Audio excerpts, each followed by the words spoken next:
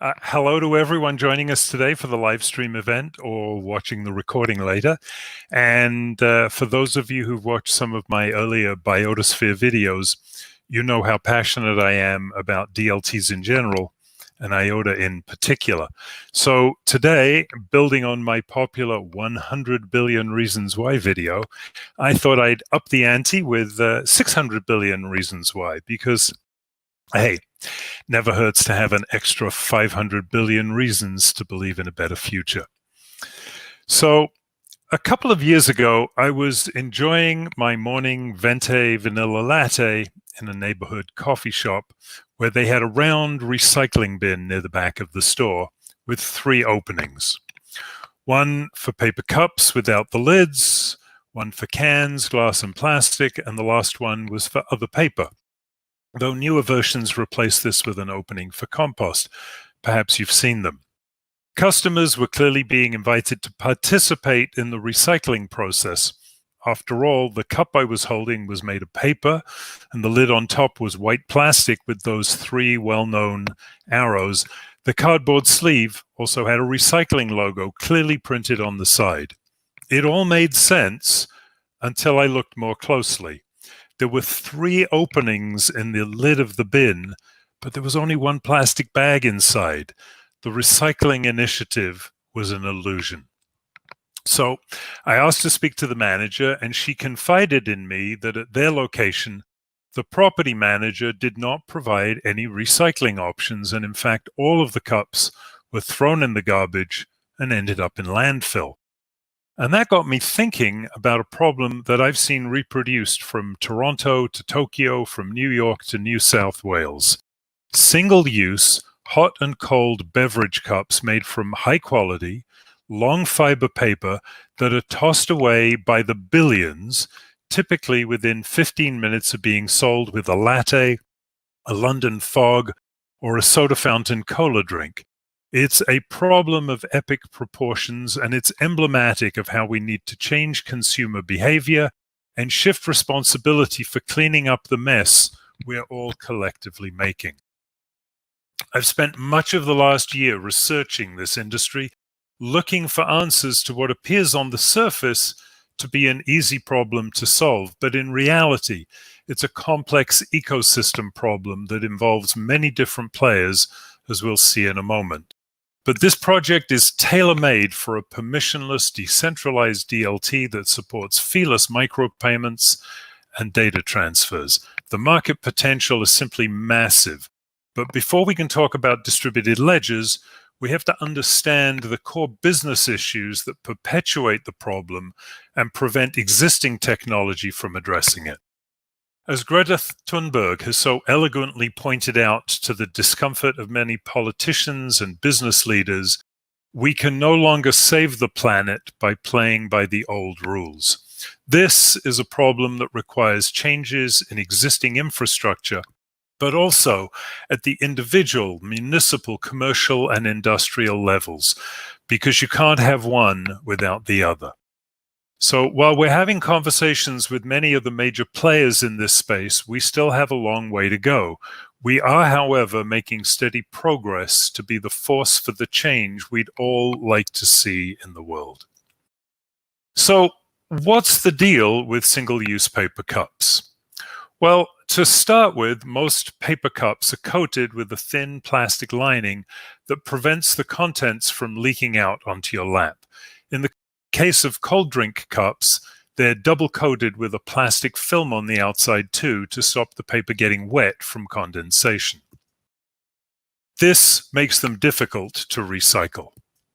But the technology to do it already exists, and it just doesn't get used that much. For example, in the UK, they have the technical capacity to recycle every single cup that's produced, but this capacity is rarely used. Here in North America, we have capacity too. It just doesn't make financial sense to use it for cups most of the time. Now, I'm sure you've heard of advances in compostable cups and biodegradable cups, but just like the recycling bins in my story earlier, the fact that a cup is technically recyclable or compostable has very little to do whether it still ultimately ends up in landfill. There are currently many impediments to an item being properly recycled, and they can vary from one city block to the next. Reusable and returnable cups sound good on the surface, but they too come with a host of different issues. For one, the energy cost to produce, clean, and reprocess a reusable cup often exceeds the carbon footprint of the new single-use paper cups it replaces, and all of the major retailers prohibited the use of reusables when the COVID crisis hit, so reusables are quite literally off the table for the near future. One thing is clear.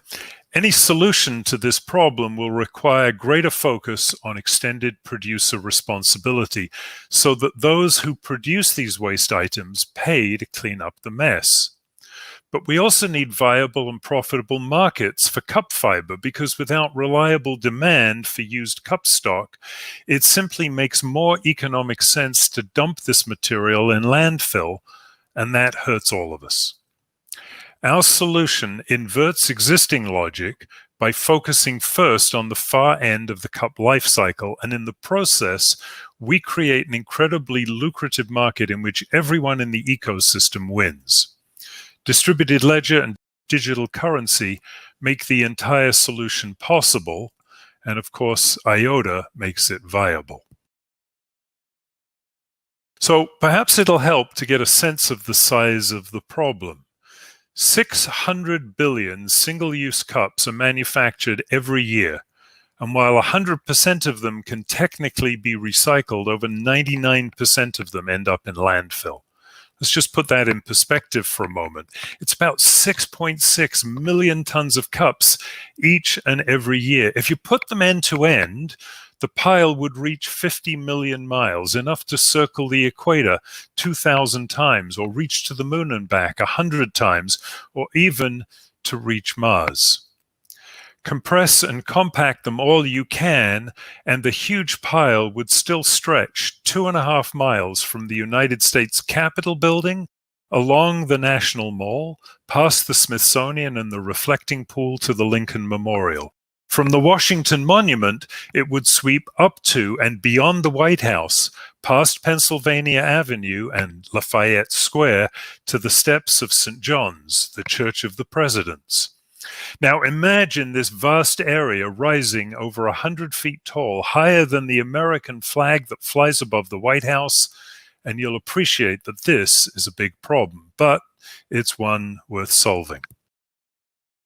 Governments are looking to use mandatory cup charges, sometimes known as latte levies, to disincentivize consumers from using paper cups.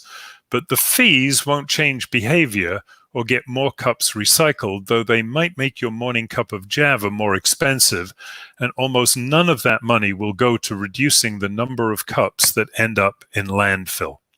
Now, I've shown some recent examples on this slide, but these programs are likely to fail in the long run because they do nothing to change consumer recycling behavior. If you've ever stood in the line waiting to buy a coffee at a retail chain in the morning, you already know that the increased cost will quickly become the new normal. Nothing much else in the system will change. So, let's examine for a moment why cup recycling doesn't work today. It's an ecosystem problem with multiple players, but these players don't really work together and their economic incentives are not aligned. From cup manufacturers to coffee shops, waste collectors and waste aggregators to pulp and paper mills, consumers to municipalities, each has a different challenge. It all starts with the cup. Today, it actually costs more to make cups with recycled fiber than it does to use new virgin fiber.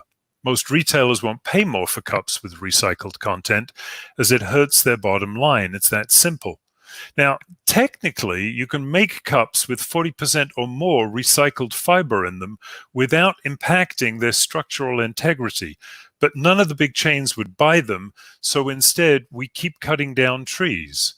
We won't see more recycled content in cups unless we can find ways to make them cheaper than cups made with virgin fiber. Money, sadly, talks. For the retailer, cups are simply a cost of doing business, so unless being eco-friendly is part of their brand image, they will always buy the cheapest cups available. Starbucks uses 10% post-consumer recycled fiber in their cups, but they're the exception rather than the rule. But even when the cups are collected within the store, if that store is in a shopping mall or office building, their garbage collection and waste removal is typically handled by their property manager, so the disposal is often someone else's problem. Then we have the consumer. Hey, that's me with my large vanilla latte. Now, 80% of cups are taken to go, and that number is only going to rise after COVID-19. So the burden of recycling the cup usually falls to the consumer. And since cups are typically disposed of within 15 to 30 minutes of purchase, the bulk of the problem has to be dealt with outside of the store where the drink was sold. Can your cup be recycled? Sometimes it seems like you need an environmental science degree to know. The cup says it can be recycled, but your municipality won't accept paper cups in their blue bin program. The recycling bin in one shopping mall says it takes paper cups, but another a block away says no cups. But look inside any of those bins, and you see something of everything. There's garbage in the recycling bin, recycling in the garbage bin. It's probably all destined for landfill because cross-contamination makes it all worthless. We're confused, we're lazy, but mostly we're in a hurry. So we dump everything in the nearest receptacle, cup, lid, and the contents too, the cold coffee dregs, the banana peel, perhaps the napkin and the muffin liner with the last bite of muffin, maybe a piece of gum for good luck. With no incentive or consistent recycling protocol, cups almost always end up in landfill. As they say in the UK, minutes on the lips, but a lifetime on the tips. Now, cities are responsible for recycling in public spaces, and they run the residential blue bin programs, but cups are generally treated as garbage. Put single-use cups in those containers, and the result may be that everything else in the bin ends up in landfill due to cross-contamination. The truth is, it costs more to separate the cups from the other materials in the bin than you can sell the resulting fiber for, so it's cheaper to treat it like garbage. And as if this weren't already bad enough, cities across North America are abandoning their blue box programs because they're simply not sustainable. There's no economic incentive to separate cups, and cross-contamination reduces the value of the entire load. So even when garbage collection and recycling is outsourced by the city to a third party, or a property manager retains a waste management company to service their building, 80% of what you think is being recycled often goes, you guessed it, to a landfill. Now, all of this waste is generally collected and taken to a materials recycling facility known in the business as a MuRF, or a waste aggregator, where it's sorted and baled. These guys get paid by the ton, but they can't make money separating cups from other materials because what they earn for the cup stock is less than the separation cost. When cups are added to other paper bales, it usually downgrades the value. Therefore, most cups, despite our best intentions, end up in landfill. Since China and most other Asian countries stopped accepting containers filled with recycled materials from North America, the price that the aggregators can earn for these materials has fallen significantly. With no demand, the price collapses, and since only some pulp mills can process cups, the cost of transporting bales of cup feedstock long distances means there's no money to be made. For the small percentage of cups that do make it all the way to a pulp mill, ready to be broken down and turned back into fiber, there's a different problem. how can they determine that the contents of a half-ton bale of mixed paper or polycoat are what they say they are? There's no audit trail, and you can't tell what's on the inside just by looking at the outside of the bale. Bales are sold based on weight, but high moisture content from humidity or rain can significantly inflate bale weight and reduce yield. So mills must break the bales or invest in core sampling and core drilling technology to quality control what they're buying. It's a messy business, and it's not a profitable one, which makes investing in additional capacity unattractive. After all, even if you make new cup stock with recycled fiber, there's only limited demand from the cup manufacturers, and so the whole system is really set up to fail. The system is broken. But if we can create value at the furthest end of the ecosystem, the economic pull that's created addresses all of the issues we've discussed. Today, a ton of used polycoat fiber delivered to a pulp mill sells for between $30 and $40 a ton, sometimes much less. Prices even went negative here in Ontario at the start of 2020. We asked pulp mills and aggregators what difference it would make to their business if we paid each of them $1,000 a ton to process paper cups.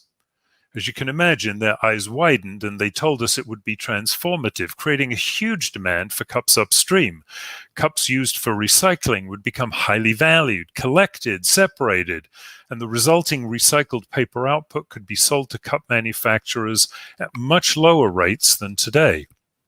It sounds like an impossible aspirational dream, but by turning the existing business model on its head, we can change the economics of recycling for every player in the system. Now, for the first time, the IOTA Distributed Ledger can make the entire system financially viable. By using unique QR codes and making each individual cup its own economic agent, we can track its entire life cycle on the ledger, from manufacture to where it's sold to how it's recycled. And on its journey from birth to rebirth, the data about its progress is recorded on the immutable IOTA tangle, creating unprecedented transparency and value for the downstream cup stock. Now, the most obvious question is, where will the money come from and who pays for this? And that's easy. It will come from a 25-cent deposit imposed on the beverage at the time of sale, paid by the consumer and collected, but not retained by the retailer. A deposit that's assigned to the individual cup by a value transfer to its digital twin IOTA address. Now, we've already seen that governments have decided that 25 cents is just about the right value for a deposit, and this amount is already built into the price of your drink. Bring your own refillable cup to most coffee shops, and they'll reduce the price you pay anywhere from 10 cents to 25 cents today. So this really isn't a big leap. In the UK, Starbucks offers the equivalent of a 31-cent US discount if you bring your own cup, but less than 2% of consumers ever take advantage of the opportunity. Deposits on wine and beer bottles are commonplace and established consumer behavior in global markets. In many US states and in British Columbia, here in Canada, deposits are already charged on plastic bottles, glass bottles, cans, detergent bottles, milk cartons, cereal boxes, and much more. And recycling rates of 85% and higher are commonplace. Deposit and refund schemes are proven to be effective around the world in raising recycling rates significantly. So none of this is rocket science or revolutionary, but these existing systems have no way of tracking individual items. They do little to reveal how much material actually gets recycled versus refunded, and they create a significant audit challenge as money is collected in one place but refunded somewhere else. For the first time, IOTA makes this entire process efficient, auditable, fraud-resistant, and economically practical. We will build an open public data commons solution that will provide transparency to consumers and to government agencies about what's really happening with cups, and we'll be able to track individual cups from one end of the ecosystem to the other. This is only possible using digital twins, unique IOTA identities printed on each cup at the time of manufacture at almost zero marginal cost. And these digital identities will be provided and issued by the bIOTAsphere. Each digital ID will be used to record the life history of a cup and record the micropayments that fuel the system from end to end. Now, let me introduce you to the Cup Crush unit. It's a reverse vending machine that only accepts participating hot and cold single-use paper cups with a valid QR code and an active deposit. The Cup Crush machine is a dedicated device that will be located where consumers are most likely to dispose of cups, in retail concourses, transit hubs, office tower lobbies, and high-traffic street corners.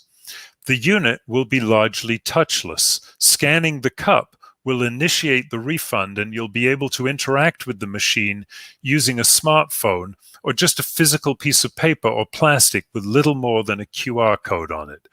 No personal ID will ever be required to guarantee your privacy. In order to receive a refund, the cup must be empty and uncontaminated so that the resulting cup stock is of the highest quality and no other materials are mixed with it. Remember, the digital twin record knows the weight of the empty cup and the machine can weigh the incoming item. The final design is still to be determined, but the important thing to understand here is that the machine will not only ingest cups and issue refunds, will also get paid for the data it produces and for every cup it recycles, so that owning Cup Crush units will be a highly profitable business with an ROI of 75 to 100% in the first year.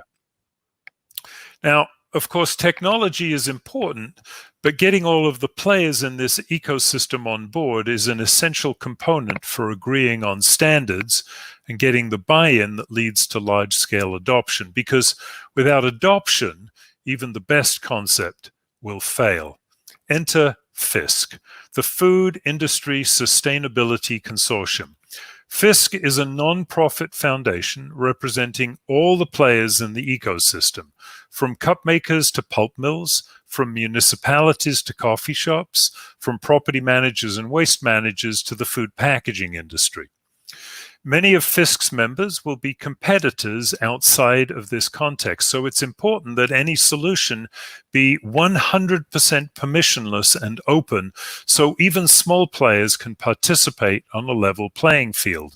Even single location stores like a family restaurant will be able to buy coded cups from cup makers and a scanner and participate without having to ask permission or join a special members-only association.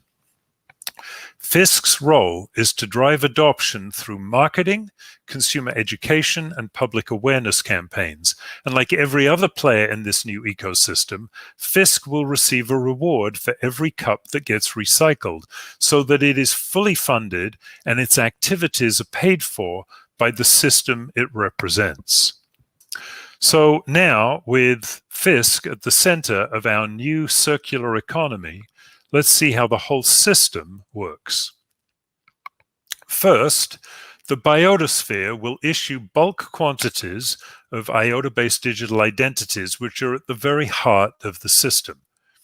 Cup makers will request batches of these unique codes via API, which they can subsequently use. Next, the cup converter will print a unique QR code on each new cup they manufacture. Paper cups are already inkjet printed with batch codes during manufacturing today, so the addition of a more sophisticated code does not materially change the manufacturing process or add cost to the cups.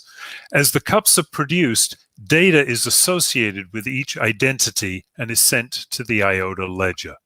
Information such as the size, weight, and construction of the cup, as well as the materials used, including the proportion of recycled content in the fiber. Manufacturer, plant location, date, cup design, and other details are all recorded on the ledger. At the retail location, the cups are treated just as they are today. They have no value until they're sold with a beverage to a consumer, so there's no risk of creating a black market in unused cups. Consumers now enter the picture. As beverages are sold, the QR code is scanned, and a 25-cent deposit is charged as part of the purchase price and optionally shown as a separate line item on the receipt. Now, it's important to understand that the deposit is sent immediately and directly to the unique cup identity address and not held by the retailer. This is the first significant difference between this solution and previous deposit schemes, and it eliminates many of the audit and fraud issues associated with those programs. Now, in the scanning process, additional data is recorded against the transaction, such as the retail chain, the store ID, and the geocode where the sale occurred, plus the timestamp of the transaction, etc. Now, we don't want to know anything about the buyer or the product that they purchased. We want to protect consumer privacy, and the only thing we care about is tracking the cup. Of course, we don't expect the retail store to perform this task for free. Collecting the deposit on behalf of the cup and transferring the value will be rewarded, but that reward is only released when the cup is later ingested by a cup crush machine. Notice on this slide that in addition to the pending 10-cent refund for the consumer, both the retailer and the cup maker also have pending rewards, shown in gray, that will only be released when the cup moves along its journey to the next stage in the process. Now, at this point, the consumer has their beverage in hand, and some 15 to 30 minutes later, their drink is consumed. The embedded 10-cent refund can only be released by taking the cup to a cup crush unit. If they throw the cup away, they get nothing. We'll assume at this point that the cup is scanned at a cup crush unit, authenticated and ingested, and at this point several interesting things happen. First, the pending rewards for the cup manufacturer and the retailer are released back to them, and you'll note how the gray items turn blue. There we go. Both parties now have a vested interest in cups being recycled because they make money based on this beneficial act, but because IOTA is completely feeless, there's no loss to middlemen. Secondly, the consumer is rewarded with a 10-cent payment for their virtuous behavior. Their reward can be directed to a digital wallet or transferred as a credit for transit travel, sent to a loyalty card, or even directed to a charity. You can imagine all kinds of cups for causes promotions where cups are seen as having significant value, especially when multiplied over large populations. Consumers may even receive more than 10 cents if their action triggers additional rewards. For example, you might get a matching bonus of 10 cents towards your next coffee purchase if your reward is sent to your coffee loyalty card. But even if a consumer thoughtlessly tosses their cup away, anyone who collects it and returns it to a cup crush unit can claim the reward because the value goes to whomever recycles it. Again, additional data is collected about the ingestion of the cup, which is crushed and shredded by the machine and added to a digital twin QR-coded bag we call a brick. Now, bricks have their own unique digital ID, just like the cups, and each brick contains approximately 500 cups. The machine has performed a valuable service and receives a pending 5-cent reward, again shown here in gray, in return for every cup it processes. Owning one of these machines will be extremely profitable, with an expected 70% to 100% payback within a year. So we expect property managers and municipalities will want to deploy the units wherever they can. The machine can also collect other valuable data, such as temperature, humidity, noise, and air quality, all of which will be added to the immutable ledger, becoming part of the public data commons. The machine will also detect when it's nearing capacity and can advertise that fact over the network to collection agents. So these collection agents will, in their turn, be rewarded for emptying the cup crush units. They get paid 3 cents per cup or $15 per brick to empty the machine, scan the brick ID, and replace it with a new empty bag with a new brick ID. Just like all the other incentives, the $15 per brick reward will not be paid until the brick is subsequently received and scanned by the waste aggregator. But you can see we're creating viable financial business opportunities for every player in the system just for doing the right thing. And the collection agents in this model might be quite different from the people you expect. Just as an example, post office vans go out every morning full, but often return to the depot empty. Perhaps the post office can participate in this economy, assisting in the recycling process while generating revenue. One can imagine an entire gig economy of people like rideshare drivers who might earn a living servicing these units in return for the rewards.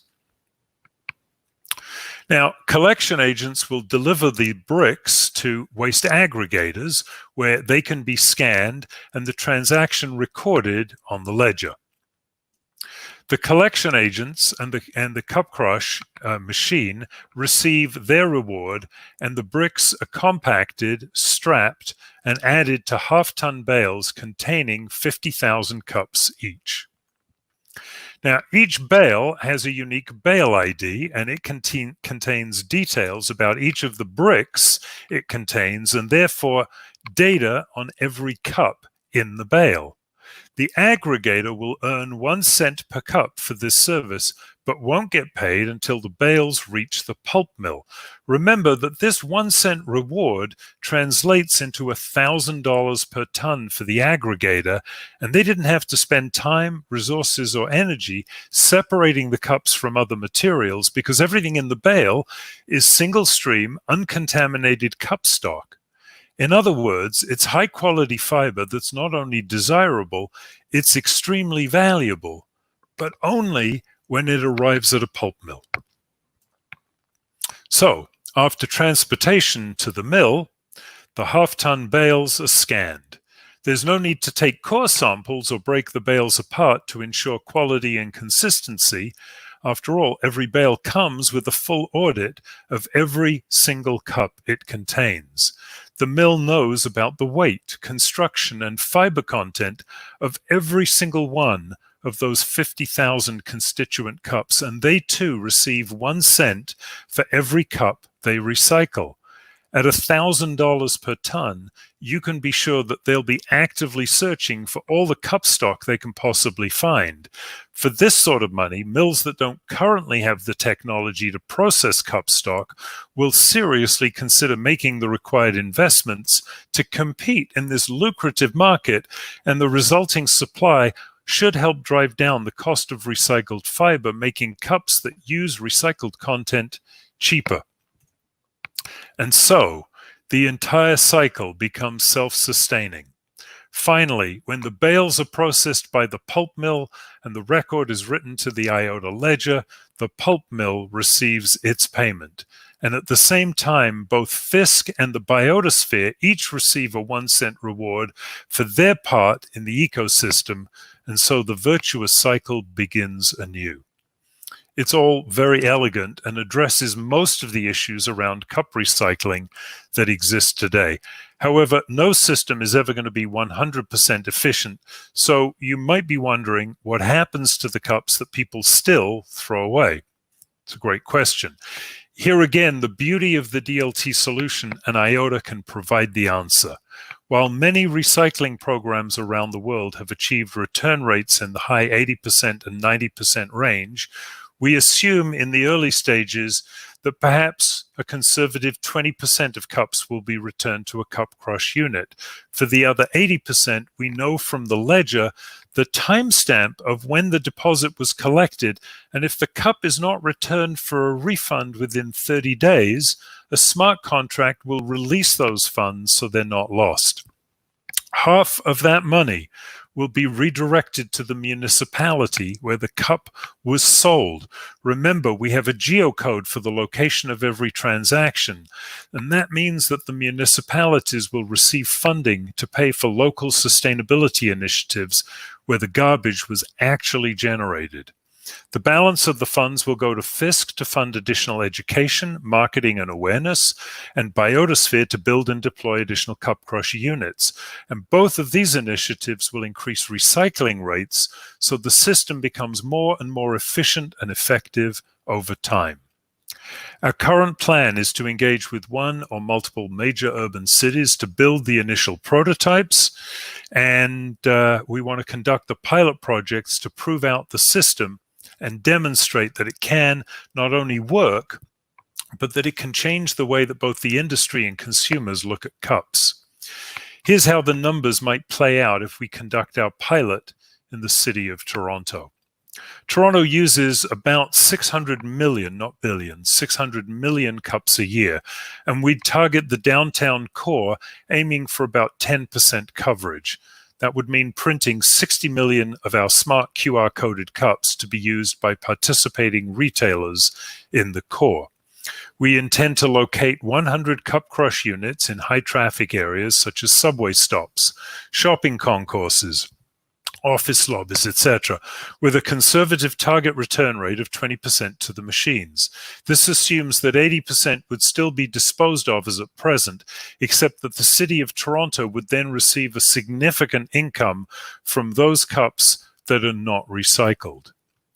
If we're successful, the bIOTAsphere returns about $3 million to its investors in the pilot. Of course, the market potential in North America is 2,000% larger than this at 120 billion cups per year. But that's how we turn 25 cents into a $30 billion opportunity in North America and a $150 billion global opportunity. Not only do we solve the world's paper cup problem without destroying the fast food and coffee shop business in the process, but we also put billions of dollars into the hands of municipalities for sustainability initiatives. As I said at the beginning of the presentation, we're already talking to several key players in the space, but this project is going to be inclusive, so we invite city, regional, and federal participants, players in the fast food and recycling industries, as well as commercial and philanthropic investors to reach out to us. There's a lot of work still to be done, but we believe this initiative can be used to make recycling make sense and make dollars. We believe the Cup Crush initiative is a natural step in the trend towards smart cities, harnessing DLT and the Internet of Things to create a major force for positive change in our world. The IOTA Foundation and the wider IOTA community, together with groups like the IEN, are making the next generation protocol of the Internet of Things a reality. Standards bodies like OMG and the Tangle EE Eclipse Working Group and others will set the standards by which the world will agree to interoperate and cooperate. Our task is now to get governments and representatives in the food and recycling industries to recognize this unique opportunity to take a leadership position. The Cup Crush project will allow us, our children and future generations, to have our cake and to eat it too, and then wash it all down with a great cup of coffee. Thank you for listening.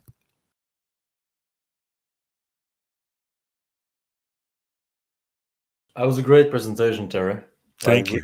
Really good. And as you can see from the comments, everyone is wondering, this will be the first question, what's your experience in broadcasting? Because you always have the voice of a professional radio person. I guess it's all in the genes. I inherited this this good vocal cord, and I use it whenever I can. So thank you. It's flattering, but it's really just in service of a bigger cause. Yeah. So talking about the bigger cause, I will ask a couple of questions, and then I will look at the chat and see the questions that they have. Cool. So my first one is, obviously, as you can imagine, the same kind of question that I always get is, what is the incentive for the big players, the actual people that you need to convince in order for this to not just be an interesting concept, but to actually be something that impacts the world. So what is your adoption strategy? What is the incentive for them? So in terms of adoption strategy, this is going to be one of those cases where once this snowball starts rolling down the hill, it's going to pick up steam. Obviously, getting the initial players on board is the greatest challenge, but we've already had many conversations and very, very positive feedback from pulp mills, cup manufacturers, waste management companies. We've been talking literally to people in associations and throughout this ecosystem, and all of the feedback so far has been extremely positive. The biggest question we always get is, why would the big retailers like Starbucks and McDonald's and Tim Hortons get on board with something like this? And my response is, in many ways, they really can't afford not to. Actually, hang on a second. I think I have a slide on this. Because retailers really know the massive amount of waste that's created by discarded cups. And it's a problem that consumers and governments are increasingly concerned about. So the retailers know if they don't do something themselves, the decision might actually get taken out of their hands, and a solution could well be imposed on their business that they really won't like, one that could hurt sales and threaten corporate valuations. So discarded cups and their environmental impact carry huge reputational brand risk, and they don't currently have viable corporate social responsibility answers for this problem. They're working on them, but they always seem to be further away than reality. And so it's really much more than just a brain teaser that Howard Schultz alluded to in his autobiography. I don't think that they can afford to keep kicking the cup down the road much longer. So being cast as a global polluter isn't good for business, and the first chain that jumps on board is going to have a significant first mover advantage, forcing the others to follow suit. I believe that our solution could place retailers ahead of what I see as a coming environmental activism tsunami. And this will allow them to ride the wave instead of being buried by it. And we can help them solve a problem they've been wrestling with for years. We can make them consumer heroes, and they get to make money too. And who knows, perhaps a major brand could start a profitable new division deploying cup crush units and collecting the lucrative service revenues that flow from them. So I don't know if that answers your question, but definitely a very good answer. And yeah, to me it makes a lot of sense, and I agree with you. Like this is a solution for a big problem that's been around for a long while, where there hasn't been a lot of innovation, I would say, even though you touched upon what is currently the status quo, and in my opinion it's been the same thing for the last 20-30 years. Yep. There's not really been a lot of innovation. So yeah. And with COVID, a lot of the programs that have been talked about, like reusable cups and getting people to bring their own cup with them, which for the most part is impractical. Very few people are willing to walk around, with a dirty coffee cup in their handbag, or, sort of, where are you going to put the thing in their backpack? And then there are all kinds of issues around cleaning these things, and all of that was stopped with COVID. And many of those retailers are now going to be actually increasing the number of paper cups they're giving out, because for the foreseeable future, reusable and returnable cups are simply not practical solutions in a world of COVID. Yeah, no, I think you have a very good timing for this. So my last question before I go to the community questions is, how long would it take you to, let's say you get all these people on board right now, how long would it take you as the bIOTAsphere to get the first cup crunch out there? I think that's relatively fast. Like any development process, there will be, first alpha prototypes, and then you'll refine the design as you go. The biggest challenge is not a technological one. Building a reverse vending machine is pretty straightforward. Building the components for IOTA and the Tangle are also pretty straightforward. The technology's there. We've got coordicide coming. The transaction speed in terms of being able to process these things is absolutely coming. The scalability is there. I don't have any doubts about the technology. The biggest challenge and the biggest impediment to getting going is getting all of the players on board. As you know only too well, it's the politics, not the technology, that's the thing that slows you down. Building shit is easy. Yeah, no, definitely. Yeah, as you said, we can definitely relate. All of us who has built something, we definitely know. So I will go through some of the community questions. Sure. So the first one is from Noah Zuckerman, or Zuckerman. I don't know how you pronounce your last name, but it's actually on the same topic that we were just discussing, but it's kind of from a different angle. So he is asking, which industry players do you feel will be the most challenging to get on board? And also just he is also asking how he or the IEN network community, how can they participate in that process, making it more, essentially building your personal army. You know, it's a very interesting question.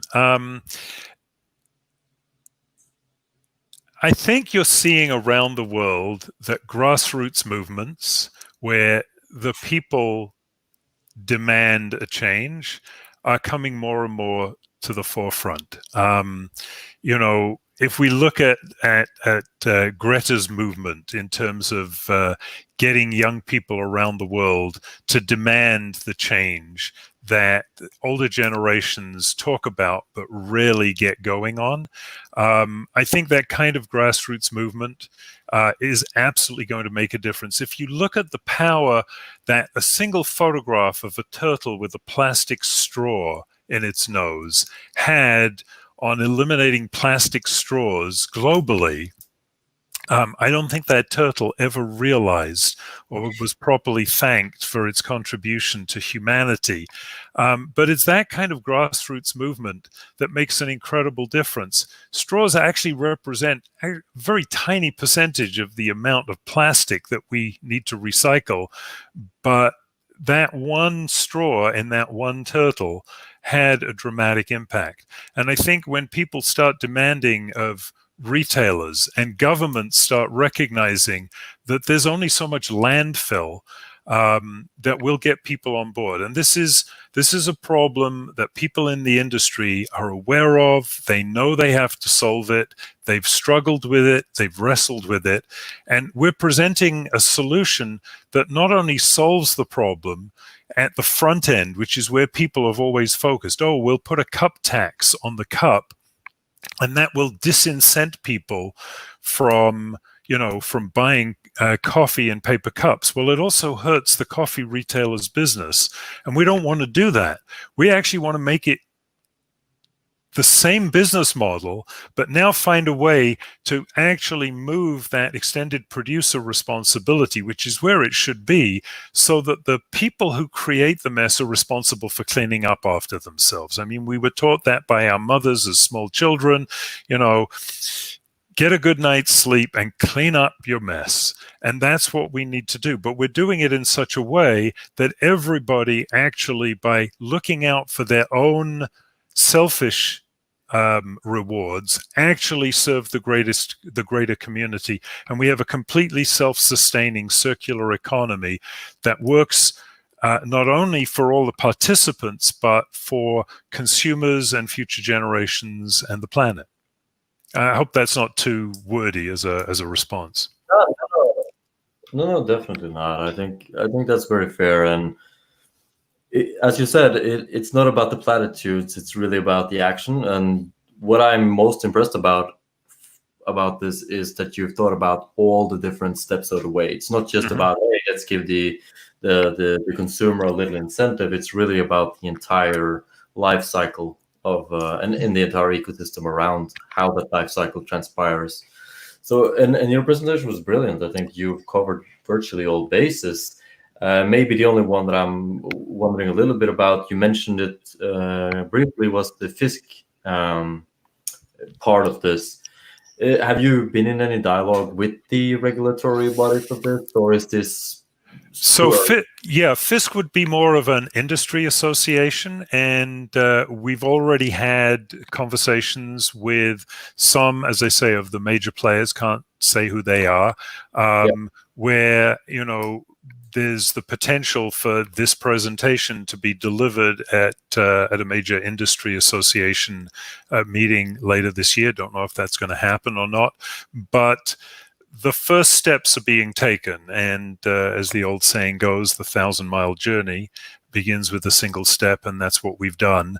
But the fact that, as you've mentioned, the presentation addresses all of the players and all of the issues is testament to the fact that we've been in conversation with people and we've shown them our thoughts and ideas, and actually gone to them not to say, hey, here's a great idea, but here's a great idea, pick holes in it, tell us what's wrong, tell me what we don't understand about your business, tell us what's missing. So what you've seen today is actually the result of that sort of feedback, so that we've actually thought this through from beginning to end. I'm sure there are still other things still to be done, but for the most part, we really have addressed industry concerns and made sure that everybody is being looked after as we look after the planet. Yep. No, for sure. Good answer. And I just want to make sure that we get as many questions as we can through.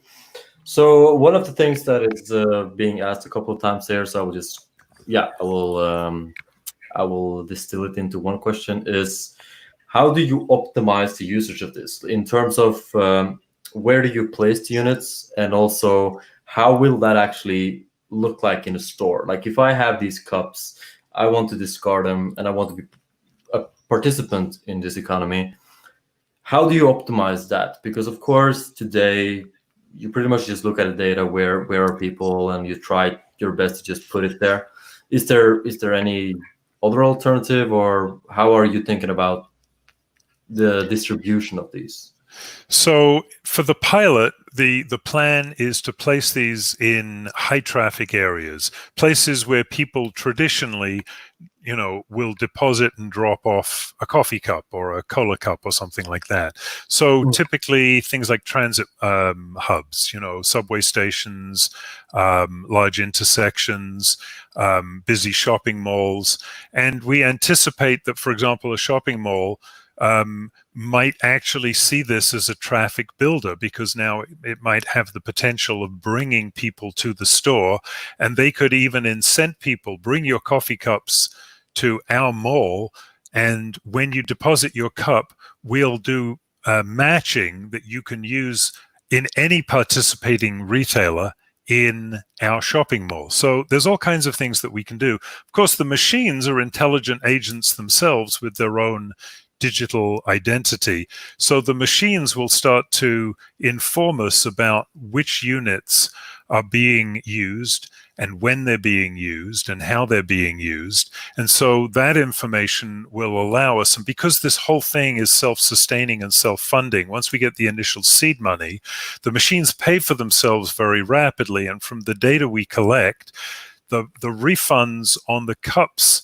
that aren't being used, as well as the refunds on the cups that are recycled, can then be used to fund more machines. And we use the data that we've collected to position these new units. But all of that would be done together with the city, who have a lot of information about garbage collection and disposal. And some of it will be worked out in partnership as we go. I don't claim to have a magic bullet or a crystal ball, but the machines will help us in that process. And the amount of data that we'll be collecting is actually quite staggering. And making this an open public data commons gives governments, environmental agencies, and the general public visibility into a problem that today is completely buried, mostly in a landfill. Yeah, no, for sure. So actually, touching upon the last thing you said there, it kind of segues into identity. Do you foresee, of course, as you said, there's a lot of creative ways we can do this. Do you also see that identity will play a role here, where you can kind of build up rewards, as I think you touched upon in your presentation, that a certain person or a certain company can kind of gamify this by color tokens or equivalent mechanisms? Do you see that in the roadmap, or is that just kind of like a high-level idea? It's interesting. One of the fundamental principles which I have been adamant about from the beginning is that at no time, if you go into a coffee shop, hesitant to sort of name names, but today lots of people buy gift cards, which they give, it's a great way to give somebody a gift is to buy, a gift card at a coffee shop. And the moment you register that, the retailer then starts tracking all kinds of information about you as an individual, how often you drink coffee, what kind of drink you order, do you order in the morning, which stores do you frequent rather. And I'm really adamant that if we do this, that it should not actually be part of the surveillance capitalist economy, that it should actually protect consumer privacy. So your ability to interact with the machine, the way it's envisioned right now, will not require any personal identity. All you'll need to do is to scan your cup, which will have the QR code printed on the bottom or the side. That will then trigger the machine to open once it knows that it's a valid QR code with a deposit on it. And the only thing that you'll need to do is to basically show a QR code which will target where your refund is going to be directed. Now, that might be to your transit card, it might be back to the loyalty card for the coffee company, and it might be that, all the kids at a particular school are collecting their parents' coffee cups, and they're all given a piece of paper with a QR code, so that anybody who gives who puts the cups in can target the money to building a new school library, or putting a new roof on the local church, or building a hospital in a developing country. But the idea is not to identify the individual and not to compromise individual identity and privacy. Now, digital identity is still important because we need trusted identity for the cup crush machines. We need trusted identity for the scanning units that are going to be in the retail stores and used by the collection agents. So we do need trusted identity that those machines doing the scanning are who or what they claim to be, and so that's an important component. But I guess you could earn, potentially, like mana, you could earn reputational credit for virtuous deeds, but so far that's not part of the master plan. Yeah, no, for sure. Yes. Yeah. I think we could just brainstorm to the all day. Yeah. Yeah. And I do see a question at the bottom here about plastic bottles. This obviously is a first step, but the principles that I've described are reproducible and expandable to all kinds of other things, where you actually, apply the same principle, whether it's to plastic bottles or to other items like this. Plastic bottles today I see as being a total scourge on the environment. It's probably a much bigger problem than paper cups in terms of the impacts on the environment. But you have to start somewhere, and there are bottle deposit and return schemes in various parts of the world. Nobody has taken on the paper cup, and it's a problem that literally is littering everywhere we go. And I just decided now was the time to fix it. No, I think you're very right. Like, someone else asked the question of why start with this rather than cups and cans. No, I mean cans and bottles. Yeah. It's exactly because, as you said, these have already been started to be addressed, whereas cups have never even been thought of, I think. Although, of course, it's been thought of, but it hasn't been provided any kind of solution. Correct. So I definitely see the novelty there and the importance of actually bringing that topic to the table, because I think most people think of cups as just Garbage. Yeah, paper and away, and they're not aware of the fact that it's even coded inside. I don't think most people know that. And most people look at the cup and assume that it's paper, and they often throw it in a recycling bin, and they actually reduce the recycled value of what they've added it to. And of course, by the time they throw in, the coffee dregs and the banana peel and everything else, usually what they do is they cross-contaminate the whole container and none of it gets recycled. It may look like it's getting recycled, but behind the scenes, recycling is often an illusion. There's, a lot of really good movies about this, and we plan on posting some stuff at the bIOTAsphere website with links to movies and videos like The Story of Stuff and various other, background resources that sort of cast light on the way that the recycling industry works, or in this case, doesn't work. Yeah, so I will just take 2 more questions, and then we can go into the project. And I feel bad for Ben, who's waiting in the wings there. So. So, okay, there's one question from Tobias Meyer that I just saw here. Yep. He kind of just asked almost rhetorically, 600 billion cups, that's a hell of a lot of TPS needed. So you made an estimate that if this is successful, you could aim for 20% in the short, medium term. And I'm just going to ask you, are you confident that this will be able, have you done any sort of math on IOTA? I should probably be the one answering this. That's why I'm laughing, because I'm going to ask the question right back at you, David. I mean, the beautiful thing here is, even if we just look in North America, and, I have to be a realist, we're not going to get every single cup manufactured, printed with a QR code, let alone sold with a deposit and added onto the ledger. But every single cup is going to produce somewhere in the region of, 10 to 15 data transactions and about 8 to 10 value transactions. So however many cups you actually have to multiply that number by about 20 in terms of the number of transactions that would actually occur on the Tangle. Now, obviously, I'm betting on IOTA and the IOTA Foundation and co-order side, so let me throw that right back at you. Can I move forward safe in the knowledge that that by the time we get all of the players on board, this is not going to happen tomorrow or the day after, but by the time we get the players on board and we deploy the prototypes and we start scaling it up, I mean, this is the reason that IOTA is the only legitimate and viable technology in my mind that could actually solve for this problem because of its scalability. Over to you. Answer your own question.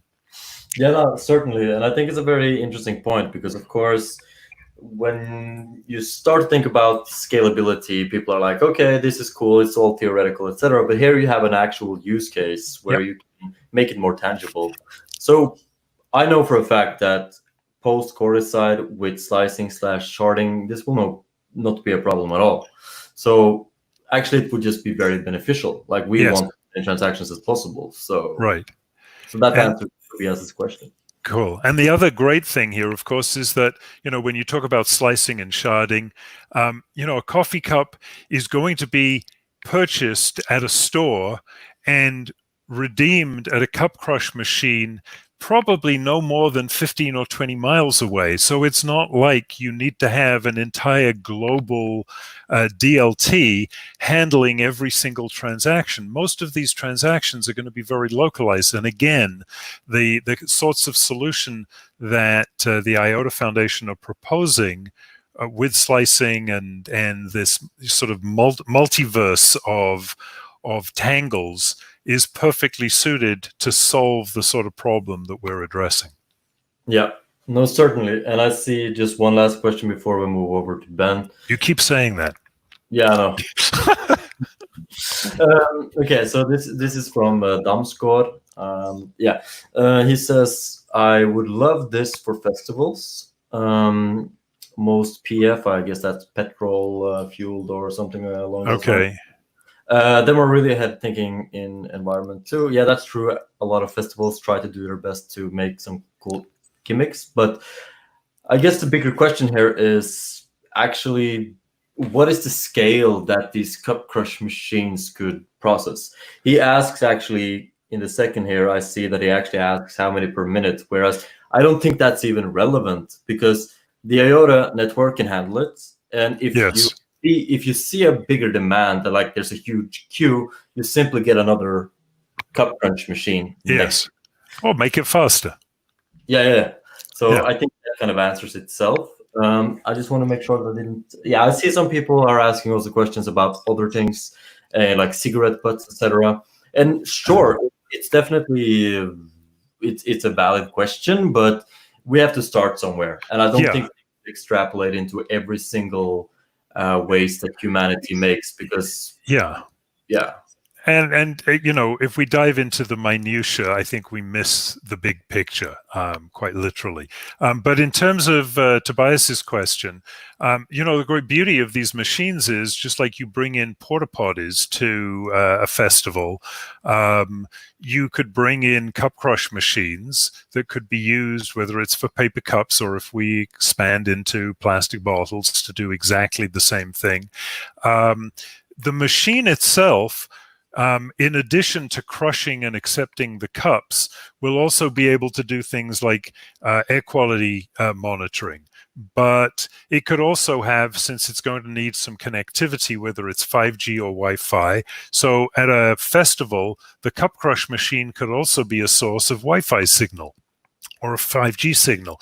It's going to have its own GPS code so that it knows where it's physically located. So again, we know where the cup was sold. We know where the cup was migrated. If you think about it, we can actually start showing people how many cups were actually sold and recycled at that festival. We can start to show people how far the average cup moves between vending and refunding, because we know the geocodes for those two events. So, you know, government agencies, even the retailers, will start to know, how far do our cups move? Where do they go? You know, you can start tracking in the same way that Google Maps has the ability to track us as people. I don't want that ability via coffee cup, which is why I don't want any personally identifiable information. And I want this to be completely GDPR compliant. But we can track the cup, because nobody really cares about tracking the cup. And it would be really interesting to see where cups flow and how long they take before they get recycled, or how long they live between vending and discarding, those kinds of things. So huge potential, total amounts of data that would become available to government agencies for their own planning is staggering, and none of it is available today.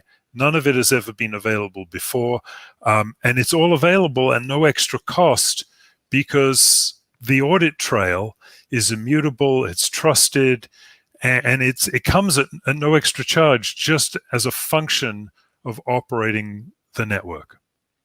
Yeah, no, I think this is a tremendous application of IOTA, and not just, it's not even about IOTA. Like, sure, it's about IOTA, but on the other hand, it's more about actual thing, and IOTA is just there in the background making it possible. Yeah, so, and most of the partners that we're talking about, frankly, they don't care about IOTA.